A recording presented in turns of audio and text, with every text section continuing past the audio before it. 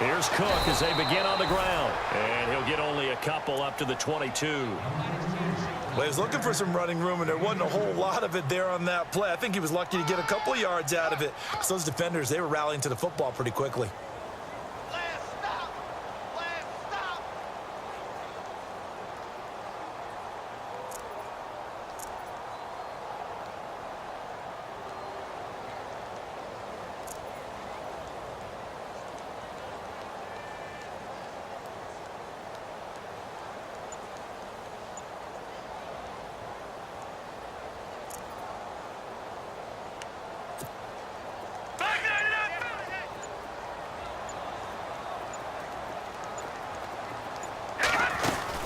On second down, Cook. And an alley to run. And they're able to get this one across the 35. A really nice pickup of 14 yards, and it moves the sticks. Whether it's what we call an even front or an odd front, and an odd front's real easy to figure out. If that guy is lined up over the nose of the center, typically that's an odd front defense. Odd number of people, meaning 3-4 versus the 4-3, which is an even front. You've got to control those guys in the middle. Whether it's the nose or the two defensive tackles in a four-man front, if those guys can't get moved, you cannot run the ball in the middle of the field. And in that play, they were able to actually take care of business. First down, here's the run with Cook. And he might have got this across midfield, not by much. They'll mark it down at the 49. A gain of 3, second down. Looks like they're establishing a pretty good pattern here because they've been very heavy in the running game on the last 4 plays. Yeah, you took the words right out of my mouth. So far, 4 plays in this drive, all 4 on the ground. They run it again with Cook. And he'll get this into enemy territory, but not by much as he's down to the 48. It'll be a gain of 2, and speaking of 2s, it'll take us to the 2-minute warning. 2 minutes to go here in the first half. More from Minneapolis after this. All right, here we go. From the gun on third down, Keenum. Got a man, it's right. The 13 yards that time at a first. Never make the mistake that the slot receivers, especially the little guys like we're watching here, are just quicker than fast. A lot of them combine quickness and speed, and they catch a lot of footballs, as we just saw there.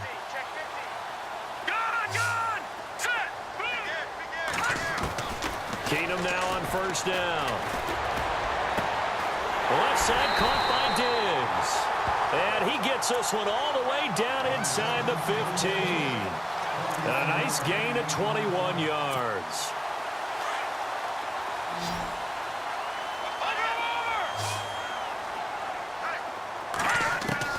From the red zone now, Keenum. He couldn't quite hold it. Got hit.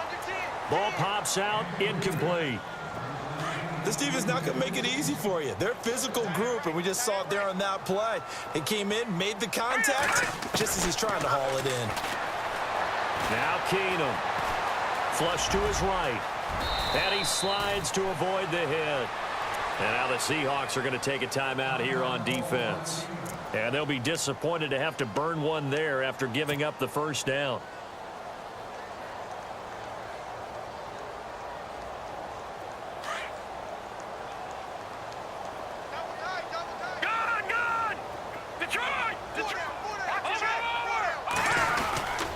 They'll try to run with McKinnon.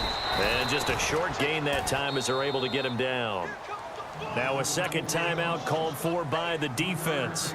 So that means they're down to 1 remaining here as we head toward halftime. And the offense readies for play number 10 of this series.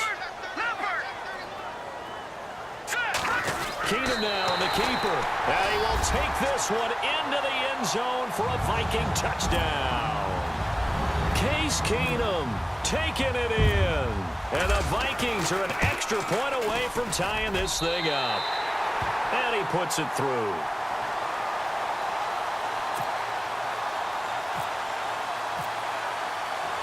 So a tie ball game here as the kick's away. This is fielded a couple yards deep. And he'll bring it a few past the 20 to the 23-yard line. And the Seahawks get ready to trot out on the field. And they had to wait a long time to get the football back. Probably not what you were hoping for when you got an offense that's humming. Agreed. What you were looking for is the defense getting the ball back pretty quickly, right? Hoping for a 3 and out. So that didn't happen. You can't yell at your D for that. They've got to take care of their own business and reestablish themselves now that they're back on the field. The drive begins with a run by Rawls. And a short gain there as he'll get it up only to about the 24. Just a yard on the pickup there, and it'll bring up a 2nd and 9. Yeah, that wasn't a big run, just a short one there. But guess what? Sometimes you treat it like boxing. You throw that jab out there, and you throw it again, you throw it again, then you come with a big punch later. Maybe they're just trying to set them up. They got 18 yards out of that one, and it gets them a new set of downs.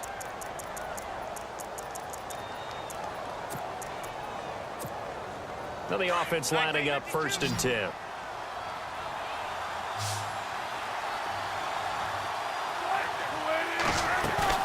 Now a play fake here on 1st down.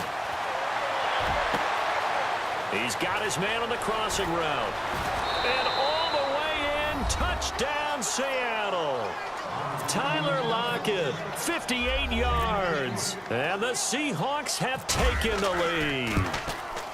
And that touchdown gives them a touchdown lead before they attempt the extra point.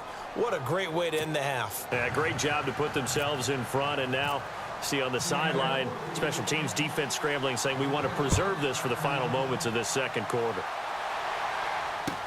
That'll be taken in the end zone.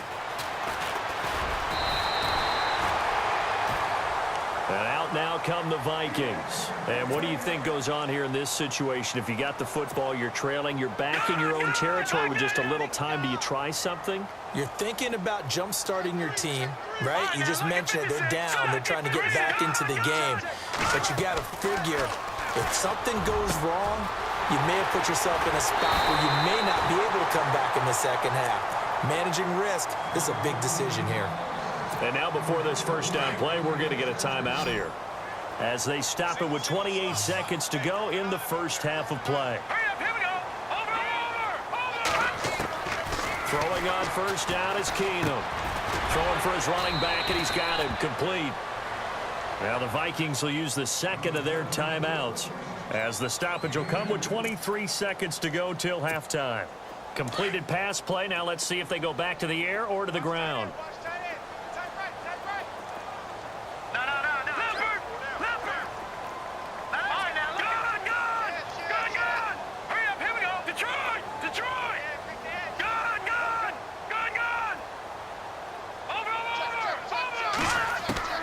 To throw on 2nd down is Keenum. Fighting his safety valve here. That's complete. And he is out of bounds inside the 30. 9 yards on the pickup there, and it keeps the drive alive. I know most of the time when the ball's in the air, you're thinking wide receiver, tight end, but running backs, they can be a big part of any passing offense nowadays. Now let's go. All right, now.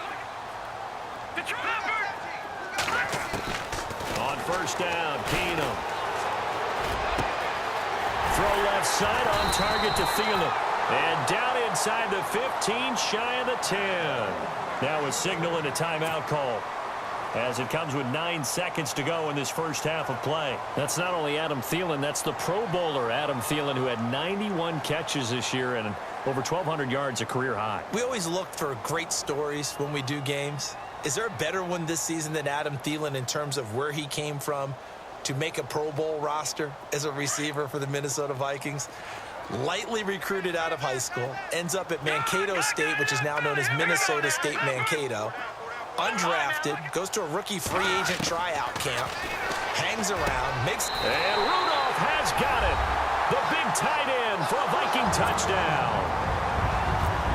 Kyle Rudolph in the final seconds of the 1st half. And the Vikings are an extra point away from tying this thing up.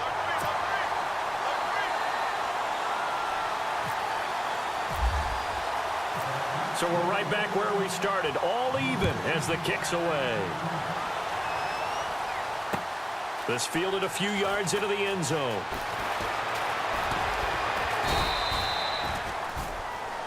The Seahawks offense now, they get set to go back to work. And from this spot in the field with the clock where it's at, you think we're just going to see a knee and that's it? And I think in this situation, that's the proper play.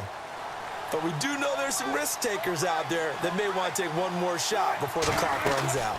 First down, this is Rawls.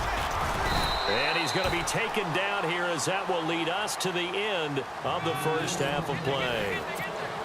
Okay, so Larry apparently giving us the silent treatment all of a sudden, and we're going to skip ahead to quarter number 3.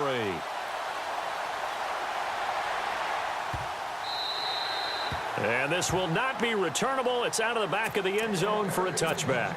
Out come the Vikings. They'll have it first on offense as we begin the third. First half showed us some pretty good offense. Tie game. We'll see what the second half brings. And it'll be interesting because I think both sides feel pretty good about what their offenses are doing.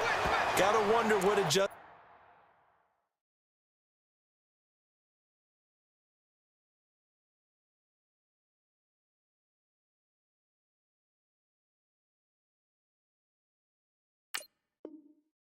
are being made defensively to try and get a spark and maybe slow down the other side. But here, do you change up anything on this opening drive? Not offensively, you don't. You've got everything going your way. You've probably prepared for maybe some change-ups you might expect, but overall, you like what your game plan's showing you.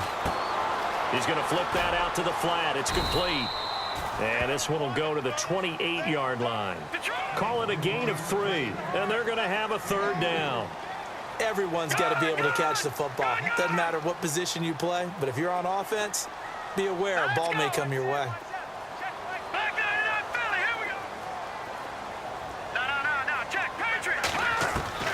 Throwing is Keenum on third down. Open man is Thielen. It's complete. 15 yards through the air and a first down. He's such a good route runner. Shows it there on third down. Very proficient and a good pass. And you know what I've observed over the years in the NFL? The better a route runner you are, the more confidence your guy's going to have in you to go to you in important times because he can trust you being in the right spot, and they connected there and picked up a first down. Well, taking a step back, and we look league-wide for a second. On Tuesday the 16th, Pro Football Writers Association named the all-rookie team. Who was on the ledger? Well, let's start with the headliners. Let's start with the Offensive Rookie of the Year, Alvin Kamara, running back from Tennessee, third-rounder with the New Orleans Saints.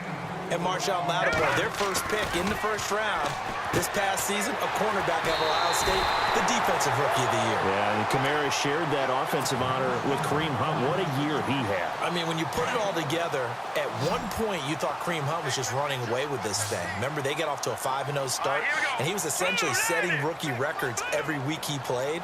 And then Kamara and the Saints with a late rush made it a tie. Both of them well-deserving. Over the middle here to Rudolph. And he is knocked down from the side at the 24-yard line. Another big hitter there. This one good for 18. Offense walks to the line for play number 7 of the drive. Good! Detroit! Detroit! Here we go now. Good!